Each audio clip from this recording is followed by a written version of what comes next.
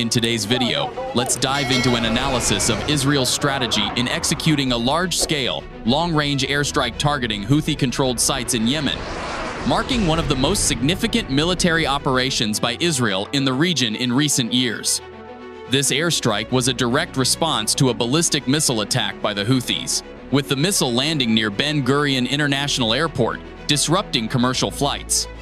To carry out the mission, the Israeli Air Force deployed over high fighter jets, including advanced models like the F-35 Adir and F-35, showcasing their superior air power capabilities.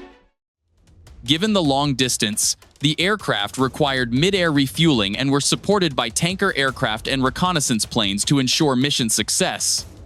The distance between Israel and Yemen is approximately 1,118 miles, making mid-air refueling essential, thereby demonstrating the Israeli Air Force's ability to conduct long-range operations with high precision beyond national borders. This operation was meticulously planned over several months, and with a single command, nearly everything was automated, enabling the Israeli military to respond swiftly and effectively.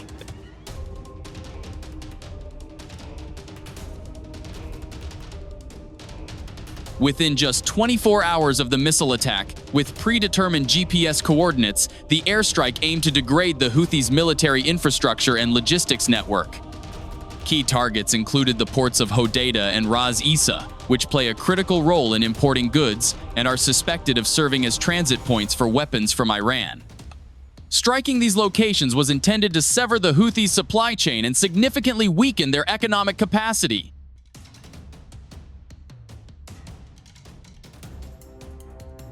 The Houthi power plant near Sana'a was also on the target list, with the goal of cutting off essential energy supplies for Houthi military operations. According to Houthi media and local reports, the airstrikes were not limited to infrastructure but extended to the port of Hodeidah and urban areas like Al-Mukalla and Al-Mawit. These attacks reportedly damaged cargo handling facilities and several private factories, creating a broader impact on regional operations.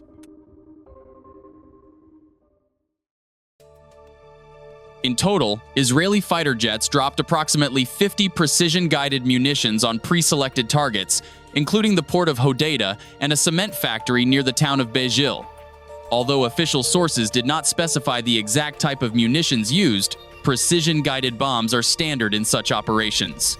To better understand the Israeli Air Force's capabilities, we should examine Israel's strikes on Iranian military targets as a prime example.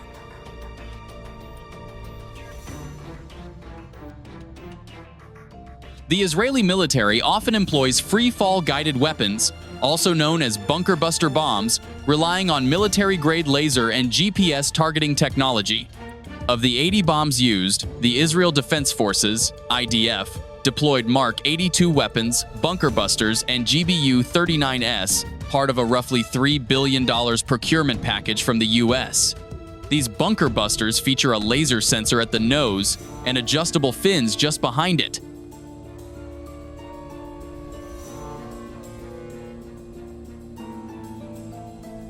At the center is a warhead weighing about 650 pounds packed with tritonal explosive, a mix of 80% TNT and 20% aluminum powder.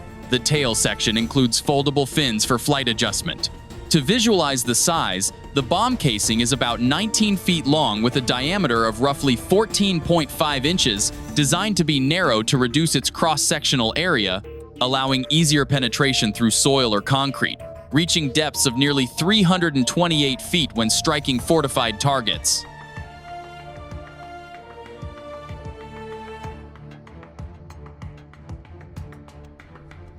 Let's break down how these bombs work. Step 1. The target is illuminated by laser or assigned preset GPS coordinates. Step 2. An F-15 flies near the illuminated target and releases the bomb.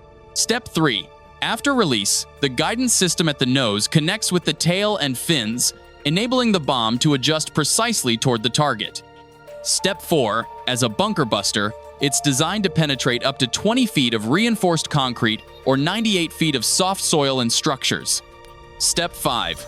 The GBU-28 is equipped with a delayed fuse, allowing it to detonate after penetration rather than on impact, with a warhead containing 700 pounds of TNT, creating a blast radius of several hundred feet, significant for its compact size.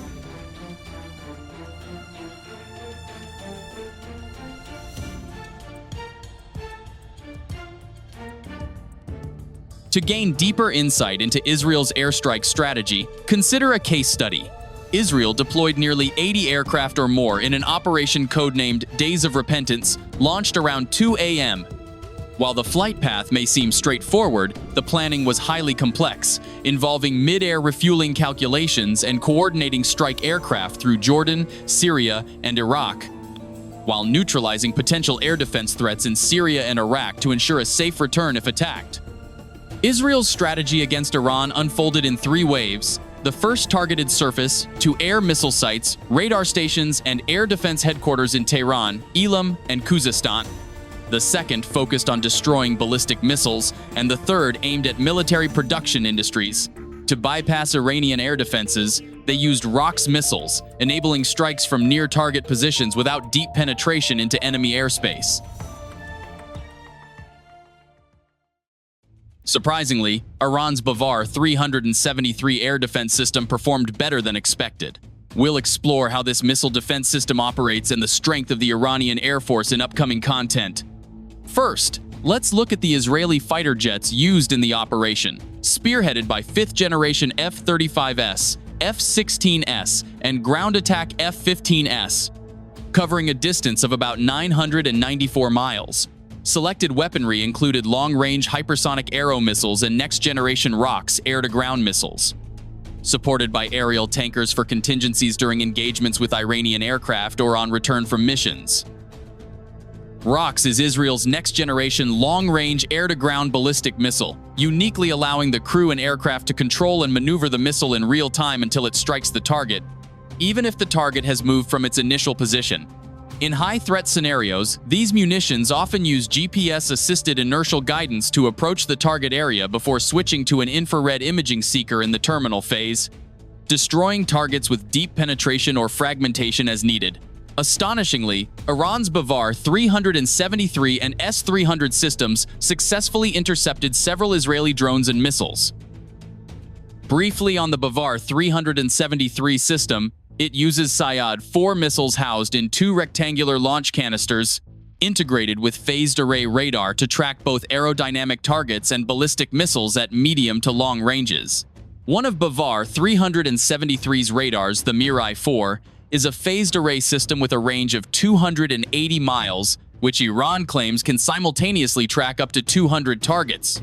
Israel's attack was divided into 3 distinct phases, each targeting critical components of Iran's military infrastructure, with the first phase disabling air defenses, the second targeting missile capabilities, and the third destroying key military barracks and production facilities.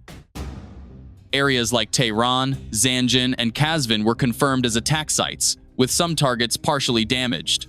Primary targets included surface-to-air missile, SAM, positions, and radar stations, critical for early detection and defense against aerial attacks. Iran's air defense headquarters also reported strikes aimed at crippling their ability to track and respond to future threats. Meanwhile, the second wave targeted Iran's missile capabilities, particularly focusing on neutralizing ballistic and hypersonic missile systems, with at least 3 missile bases hit. IDF drones also targeted the secretive Parchin military base on Tehran's outskirts. Although some were shot down, one penetrated Iran's air defenses and struck the base.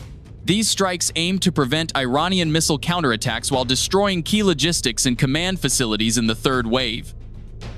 Israel targeted missile bases like Fatah 1 and Fatah 2, advanced missiles first used by Iran, capable of accelerating outside the atmosphere and using aerodynamic control to evade Israel's renowned missile defense systems. Iran also deployed variants of the Shahab-3 ballistic missile in its latest attack on Israel, a cornerstone of its medium-range missile arsenal using liquid fuel.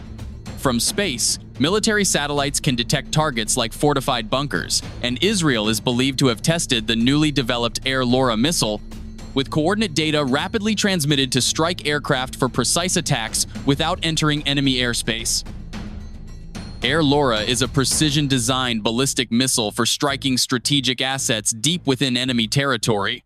According to the manufacturer, Air LoRa can cover vast distances, providing a rapid response without triggering defense systems or violating enemy airspace by attacking top-down at a 90-degree angle at hypersonic speeds. This air-to-ground ballistic missile can penetrate air defense shields, equipped with GPS-guided and jam-resistant inertial navigation warheads, along with a large payload to ensure the destruction of critical targets in a single strike. The question remains, where were Iran's fighter jets, and how do they compare to Israel's in this attack?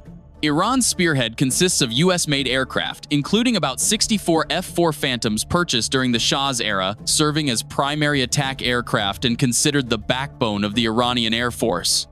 Additionally, Iran operates around 40 US-made F-14 Tomcats, still capable of posing a threat to F-35s, and about 30 Russian-made MiG-29 multi-role fighters designed to counter F-16s.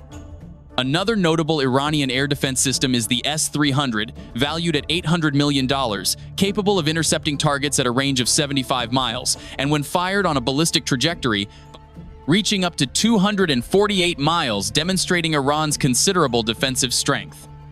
However, recent reports indicate many Iranian fighter jets face maintenance challenges due to international sanctions, significantly reducing the number of combat-ready aircraft compared to nominal figures.